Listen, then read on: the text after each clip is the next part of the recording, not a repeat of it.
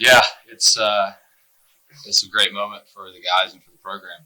We're going to the Sweet 16, and we've always talked about having that as a goal of this program is can we advance, can we make a run? And it's extremely difficult to get past the first and second round, especially in our region. Always has been, always will be. Tonight, we did everything that you could possibly imagine to make sure that we were going to come out with the win and advance to the next round. The fight, the effort, sticking together. Obviously, you know that you're going to take on some pressure at the end. And we don't love the second goal, making it nervy, but by the same token, it doesn't matter. Like a result against a team that's been top 25, top 20, top 15 all year long. And West Virginia is a very good team, and I think we got the deserved result tonight, no matter what the score line is. What was the thought coming in? What were y'all trying to do? Well, we weren't going to make too many changes from the final. We didn't think we needed to make too many changes because we felt like there was some similarities with West Virginia and Gardner-Webb in terms of good attacking players, very much value possession, getting numbers forward. So we knew we had to be locked in terms of our ability to be disciplined and stick together in our defensive shape. But we felt like, just like the final, if we did that, then we could create a lot of opportunities in transition. We felt like we had a big advantage there against their back line and when that space became available.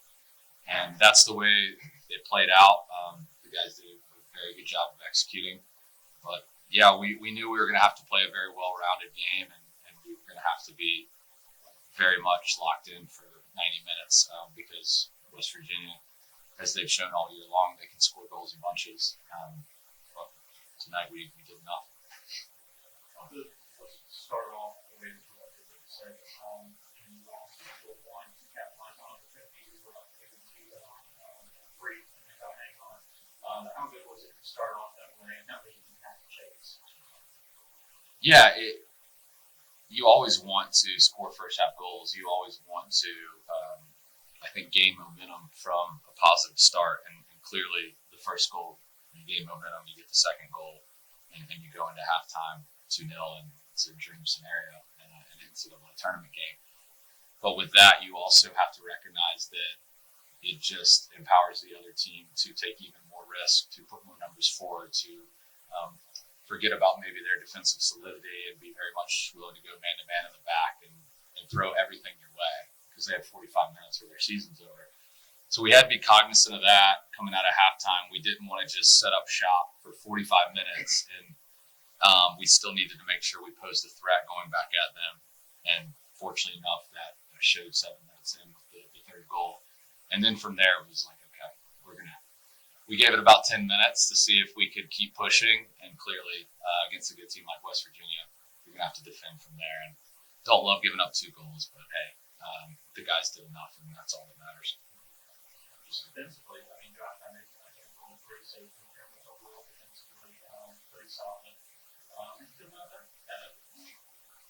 Yeah, we had guys in the back willing to do whatever it takes to win a knockout game. We have goalkeeper making saves, we have guys making blocks, we have guys winning challenges, and that's really what it takes. If you're just not going to be able to cruise through an NCAA tournament game and not take on some level of pressure and have to deal with some big moments from the other team, especially one that has a couple of the better attacking players in the country. So you have to make big plays. You can be in control.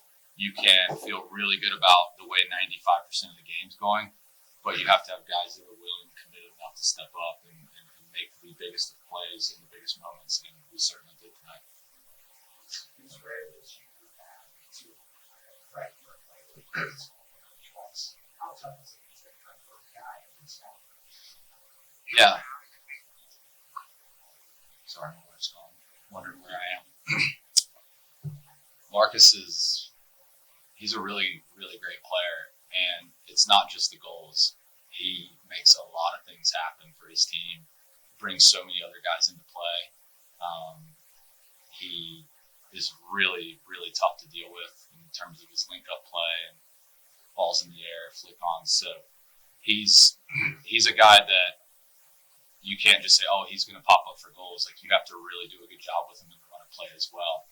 And I thought we did extremely well tonight, matching his physicality, really knowing where he is and trying to limit his opportunities. But yeah, him and Pozos, I mean, 2 double-digit goal scorers, and then a lot of other good players around him. I mean, you just know you're going to have to be at your best defensively.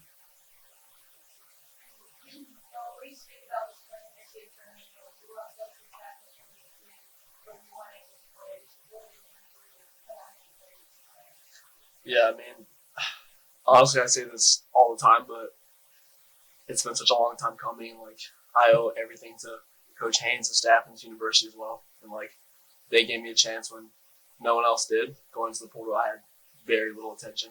And thanks to Jefferson and Mike, putting a good word with them. And they trusted him, his word on my character. No one really knew about my playing time because I've been injured for 3 years. But obviously being on Clemson was cool to see a national championship. But to really play in this and be with a team that I call my brothers and my family, it's a whole different feeling. Like, I can't really even put it into words, to be honest. I'm just so thankful. I just told my teammates Nick Herb, like, I get to play with him another week. Like, hopefully it's another week. But just guys like that who I've only known for a little less than a year, but I'm willing to die for them, and like just play around my brothers and just have fun playing a game that we all love and try to go for a common goal. It's just been awesome.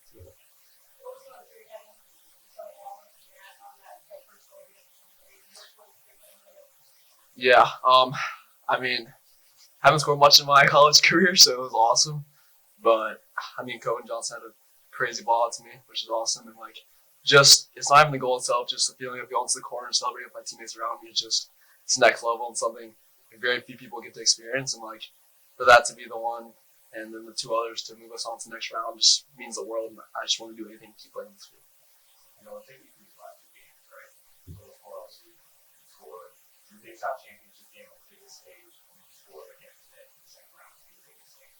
Say these last 2 games, you and this team. Yeah, I mean, I'm not sure how many people know my story out there, but just being through so many injuries the last 3 years and really not having a chance to play at all, to be given a chance when I deserve one by this university, and then just being able to help my team, not the fact that just me scoring goals, just me being able to help my team. Like, the goals were not my doing, like they're crafted by my team and giving me the ball in good spaces where I can score, and just to score in those 2 big stages, I just feel like all the hard work that's gone into it for my team, and then just, over the past 3 years dealing with so much adversity, it just has brought me back stronger. And like, I think that's something very few people like can appreciate about hard times, that they don't last forever. And like, if you just keep working, keep putting your head down, and like get people around you that give you a chance and care about you and trust you, it's just a completely game changer. So.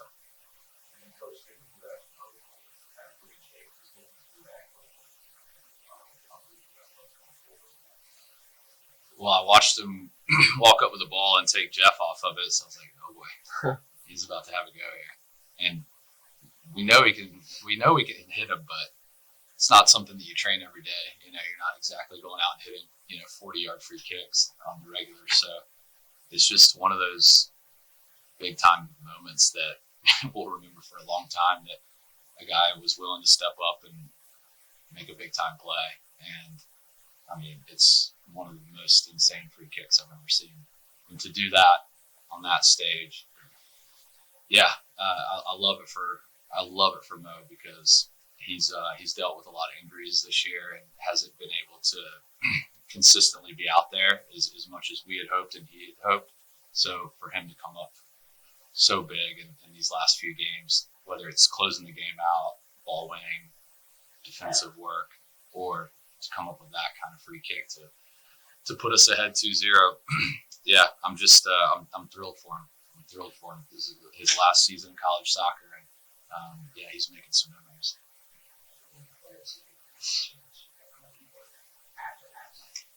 What's kind of the message to the team, because they go to the goalkeeper that hasn't played at all this year, has been going all the way through. What's the message to the team? We didn't notice. I'm assuming that was injury related. I don't know what the situation was. It wasn't something that we necessarily picked up on and we're giving information like, hey, change this or adjust this because it's a new goalkeeper. I just think that at that point in the game, especially up 2-0, we were very, very focused on making sure that we did what we needed to collectively. And I think once we realized it a little bit later on, like 20, 25 minutes, we really saw opportunities that maybe we could say, okay, set piece here, let's put it on the goalkeeper a little bit. So it might come up in moments where, you know, an inexperienced guy is in there in a big moment, and you maybe try to take advantage of that. But it didn't affect more than maybe a few times where we tried to do some things on some restarts. How cool is it? I mean, you've been building this program over half dozen years to be able to win in the second league. This is home for me, so yeah, I just saw 4,913, which yeah, a lot of friends and family in the crowd. But yeah, this is why I came to this program. This is why I stayed patient as an assistant and associate head coach for so long at some really great programs that I enjoyed working. Because I was hoping for an opportunity like this that just had so much potential. But then the biggest bonus of all is that it's my hometown, it's my community. And so there's always extra motivation on my end. It's not just about winning games. It's not just about, you know, producing professional players and things that are only soccer related. All that is part of our approach and mission. But to be able to bring these types of occasions to High Point and to High Point University is it makes your job as special as it possibly can be. So going to the Sweet 16 is amazing. I'm so proud of the guys, but yeah, to do this at home, man, it's pretty surreal.